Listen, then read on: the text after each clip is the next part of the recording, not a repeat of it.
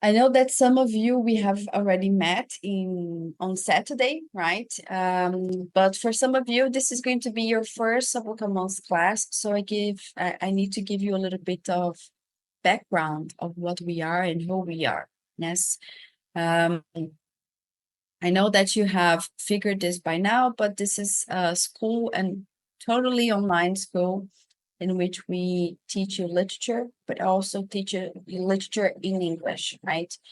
And since last year, we have started giving you also some alternatives of learning grammar, not only grammar, but actually practicing more conversation, practicing writing.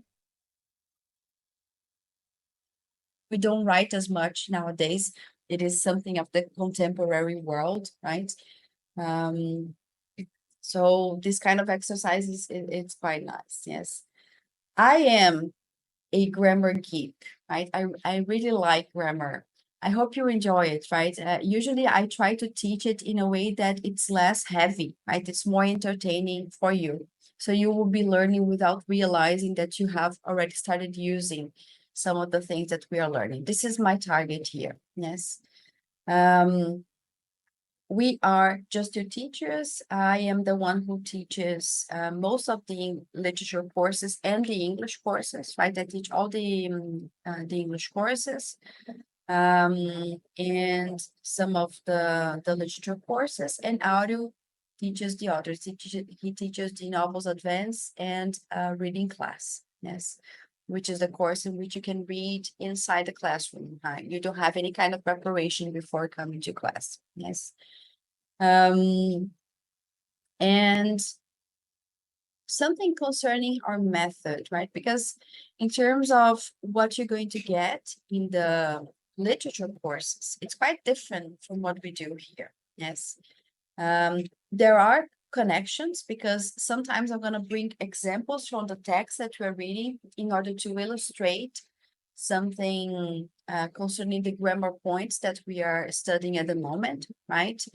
I do that often, and I think it's quite helpful to learn vocabulary, to learn, to absorb better grammar, and to have a better understanding of the text itself. Yes. But overall, the idea of a book a month and how it came out as a reading project as well, right? A literature project. It is really mainly to teach you English through literature, yes, through reading, essentially, yes. And I have started creating this method after applying it to myself, yes. When I went to do my master's degree in England, my level of English was like upper intermediate, not as much, right? It was almost like intermediate, but enough to go to university. And in 1 year that it was like reading constantly, right? I was, of course, immersed in the culture, immersed in the language, but mostly I was reading every day in English, and I was speaking and writing in English. My English got from early B2 to C1, C2 in 1 year, right? Mostly because I was doing it quite often, yes. Of course, what we can offer you here, there's a limit because we try to provide you as much of immersion as we can, but there is a limit, right? We are online, we live in countries that English is not the main language, right? So this is something, yes. But the more you expose to the language, the more you try to write on WhatsApp group in English to me, or maybe write between yourselves, or always try to come to class, read constantly, right?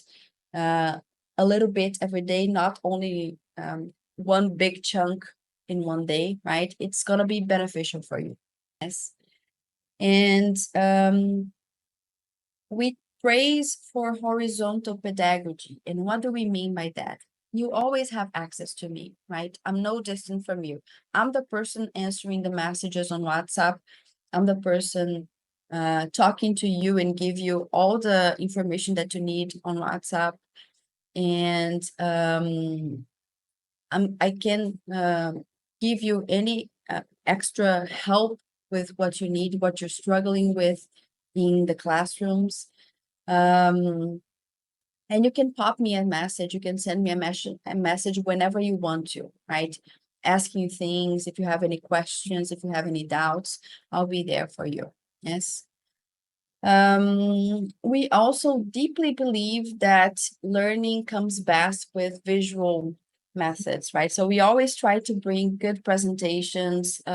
We always try to bring different types of activities that are going to trigger your interest, so you stay connected with the class, right? Doing different kinds of activities which are fun, which are beautiful, and also in this space which is supposed to be good for everybody.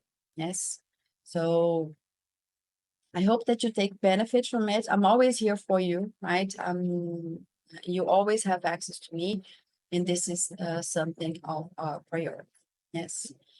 This semester, we have made a few changes concerning on how we organize the courses, the links, because since you do something online, we always have to keep sending you things, right?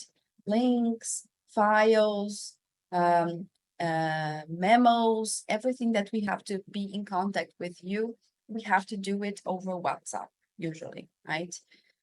So from this semester on, we have tried to do a different kind of approach, which is one link gives you access to everything.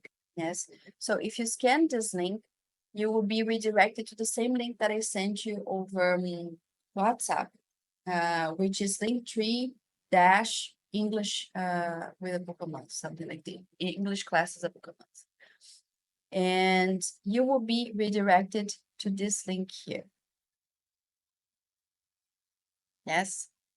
You will see the link to join this class as the first one. Yes. Your homework is going to be here. Today, I'm going to separate it between the homework for the advanced and the intermediate. Yes. You will have access to that. So if you want to do a little bit higher level homework, you can do it. Yes. We do have the calendars of the other groups that we are offering this semester. The same link that you use for this class, you can join any other. So if by any chance you are unavailable to come to this time, you can join the advanced course in the evening, or you can join the advanced course on Thursday, right? I can make sure that you take benefit from the experience, even if it's advanced. Yes. So you have the time, and then you can see it available there. Yes. Here also we have something that is connected to our plantão tira dúvidas that we call office hours, like horário de gabinete or something like this, that are going to be presented to you twice a month. If you see here on the calendar, you have the dates. Yes, office hours on your calendar. So the first one is going to be on the 2nd of September. Yes. And then the 24th, 16th of October, and so on. I will let you know. Yes. But you know that you have this here. Yes. And you can join it by using the link that you have here. Yes. And this is going to be a time in which I'm going to be available for you for 1 hour and a half each of the meetings. You can come with a question, you can come with a problem, you can come just to talk. Yes. So 3 extra hours a month that you have access to us as like more dedicated time to work with you. And I have to tell you, like in the last semesters, people rarely come.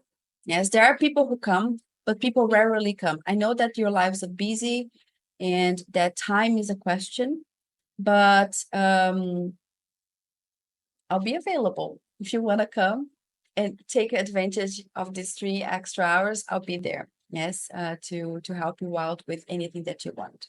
Okay.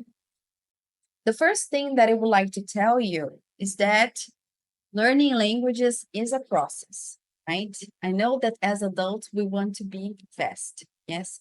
We can do fast, but it also depends on how much engaged you are with the course. If you're doing all the homework, if you're coming to all the classes, if you're practicing the more as you can. Yes. And so it's just like a two-way street, right? As we would say in English, two-way street means uma via de mão dupla, okay?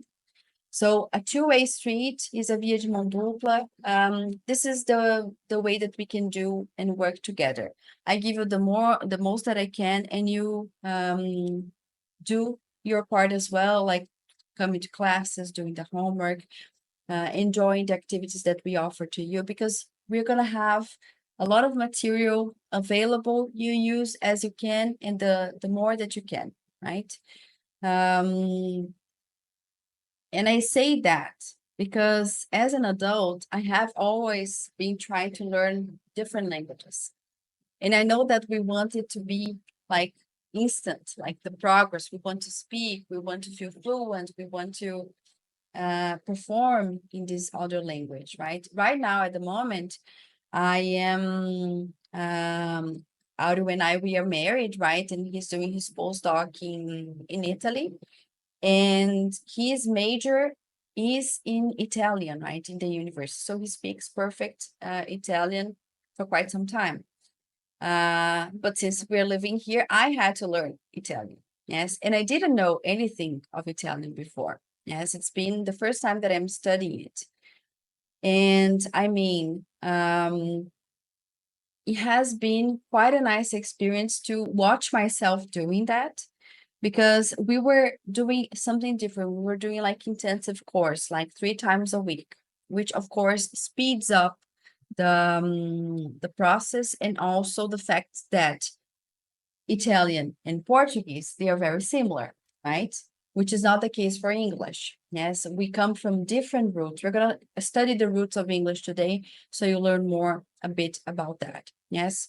So, I mean, I think that now, after around 6 months studying, I can communicate better. I can hold a conversation in Italian, not perfectly, right?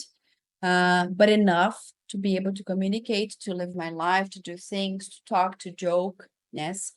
But even having like these facilities of have these similarities with Portuguese, even so is challenging, right? Because there are certain particularities of the language. So I'm just telling you this so you don't feel disappointed, because sometimes you might not notice your development, but I do, okay? So trust the process. It's gonna be gradual, and you will notice someday, right? You will you notice someday, but I will notice much earlier than you do, right? This is what I'm telling you, because usually students think, oh, I think I'm not progressing, but you are, right? If you come into class, if you're doing the things, you will progress for sure. Yes. So the idea between the course, like within this course of English Intermediate, is not that we're going to only work with basic things, right? We will review the most important grammar points from early intermediate to upper until advanced, more or less, right? This is my goal here, yes? And I intend to give you the more tools that I can in order to expand your knowledge. And I introduce you the most important grammar points. We talk a lot, right? Because I use the communicative method. So the idea is really to speak, read, learn grammar, and also produce some writing when it's appropriate. Yes. And I think that once we learn the most important grammar points, what is also helping us in this progress with English learning or any language is really to expand vocabulary. And this is where reading comes in. Yes, because the more you read authentic texts, as it is the case when you're doing any of our literature courses in a book a month, you will be exposed to different vocabulary. Yes, if you take the intermediate courses, it's controlled. the amount of vocabulary that you're going to be exposed. But if you take, for example, short stories, novels, advanced, or big reads, it's going to be higher, right? And usually, to help you with that, we give you word lists, we give you thesaurus additions to the courses, to the readings, right? Thesaurus additions are additions with a little help with vocabulary, right? É como se fosse texto com sinônimos, yes? Which helps you out, yes? Expand vocabulary.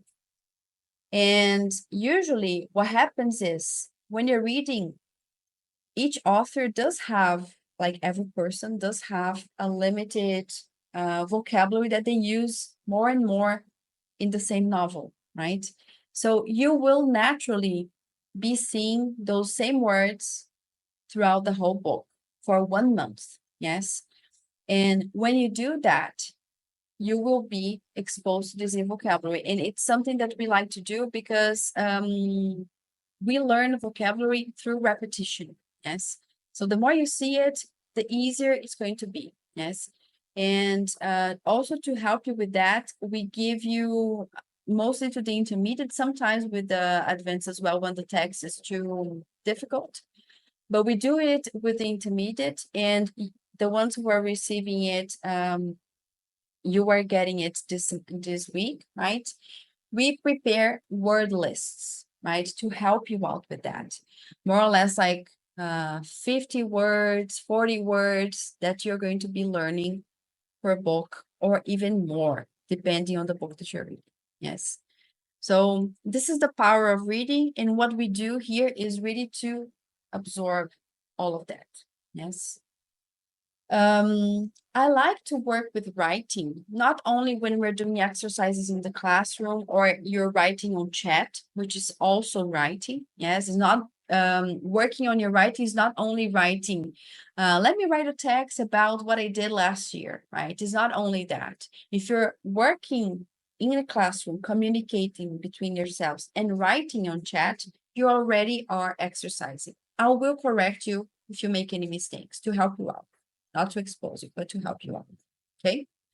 So this is usually how it's going to work. The methods, right? So how are we going to do it?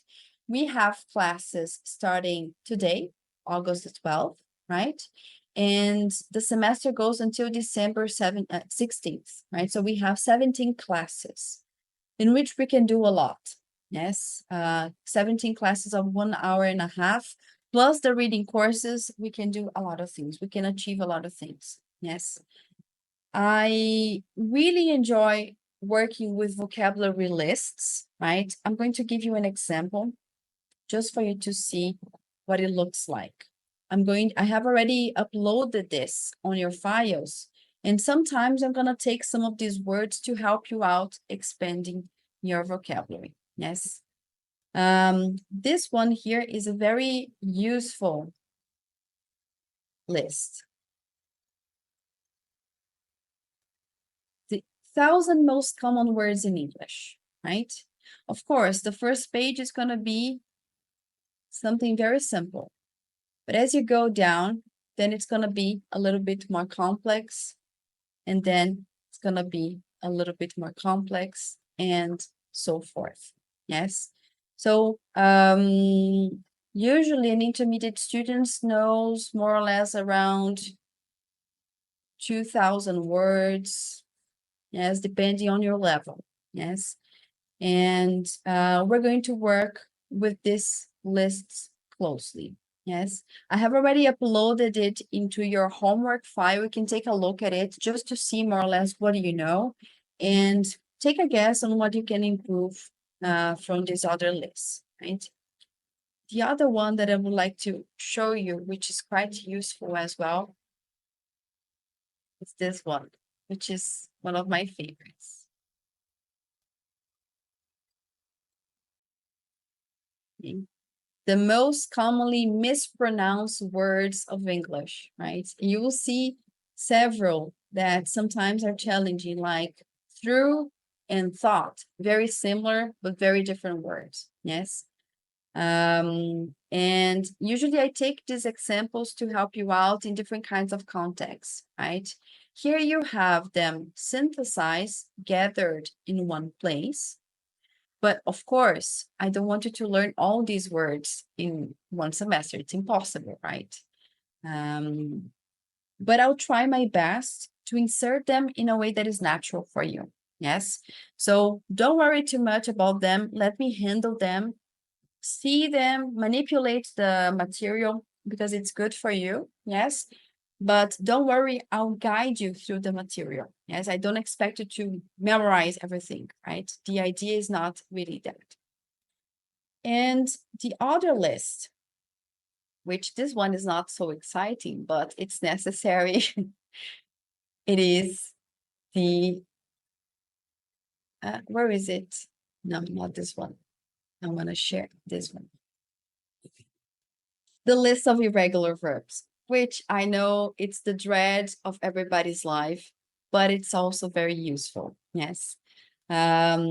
Luckily, in English, it's not like any Latin language in which we have several conjugations, right? We know that because Portuguese is like that. And I'm sure that none of us know all the verbs conjugated in Portuguese, right? We always like stumble a little bit with some conjugation. Sometimes we are a little bit unsteady with that, yes? In English, we do have the three columns. I will always talk about the three columns, right? We have the infinitive form of the verb, the past simple, and the past participle. We use this for everything. It's a variation of this, yes, in terms of irregular verbs. For the regular verbs, it's something super easy, right? It's just putting ed in the end and that's it. But this one is the challenge. We'll work with this list as well in context. But you have, I like to upload this file for you because you can consult it. Yes. The more you consult it, the more you check it, the better for you, right? This is how I learn. This is how I in Italian, I do have this little book that was done in Brazil, actually, by an editora in Brazil, a publishing house in Brazil, which is called Como Conjugar os Verbos. And then you have for all the languages, you have for Italian, for English, for Spanish. So usually I check, right? And when you check, you're learning. So this is the idea that I would like to have with the list itself. Yes. I love lists as well, Pat. I think that it's something that helps a lot. Yes, helps a lot because when you need the information, you know where to look for. Yes, you don't have to be like on Google. Let's conjugate the verb on the past participle. You have it there, right? So this is, you're going to use it when you're doing homework, for instance. Yes. And if you don't remember, I'll tell you, you will write and then you will absorb the memory. Yes. So this is something that we are going to use on a regular basis. And also, we always tell you when there's not going to be a class because of a holiday or something like this, right? But if you are unsure, also see the calendar, just to be sure. Yes, the dates of our classes are just listed there as well. Okay. In terms of method, right, I am going to use both these, like some parts of each, some exercises of each, which I think are very useful in this. I love the National Geographic learning methods. They're really good and they're quite modern, right? And they are in touch with the world. They are in touch with TED Talks and TED Education, which is something that I always use in the classroom. Yes, you don't need to buy those, right? I will give you the samples and the chapters that we're going to work with in the classroom. Yes. Plus, also, we're going to use other alternative activities that I bring to you. Yes. And today is going to be a class in which we're going to do some activities, but also I'm going to speak a lot because it's the first time. Yes. But after that, you will see that we're going to do all kinds of activities that are going to be very creative and very engaging and hopefully very fun for you. because I know that studying English in the morning at 7 a.m. it's not hard. So you are you have to be somehow motivated to be here. So I hope that I can provide this bit of motivation to help you out. Yes. So don't worry about having to buy anything. I will provide everything that you need. Okay. And if you think that you need more exercises on a certain topic, just ask me, I'll send it to you. Okay, you always have this kind of feedback from us. Good. So just so you understand more or less where we are. Yes, when we talk about intermediate can start around here, right? As the pre-intermediate levels A2. Yes, which I don't think it is the case for you, right? You are around B1. My idea is that we get up to here, right? We are not going to do work on B2, but we are doing the transition from B1 to B2. Yes. So the gap that we have from here to here, this is what we're going to do. And from B2 to C1 is the topic of the advance. Yes. You can always benefit from that as well. So this is what I say. If you cannot come to your class, or regional class, go to the other group so you don't miss the meeting. Yes. And if you take a look at this graph, it also talks a little bit about the grades that you need to achieve in some of these tests in order to have the results that that the universities ask, for instance.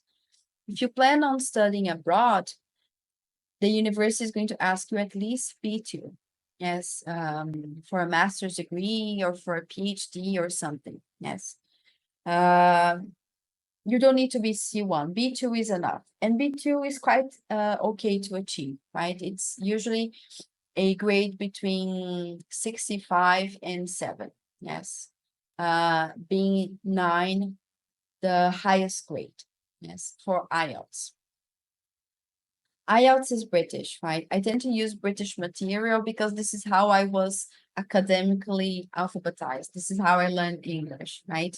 So, but if you are looking for something specific towards the American system, just let me know and I'll prepare ahead, like to give some feedback for you. Yes. Very good. Questions so far? Anything that you would like to know? Anything at all?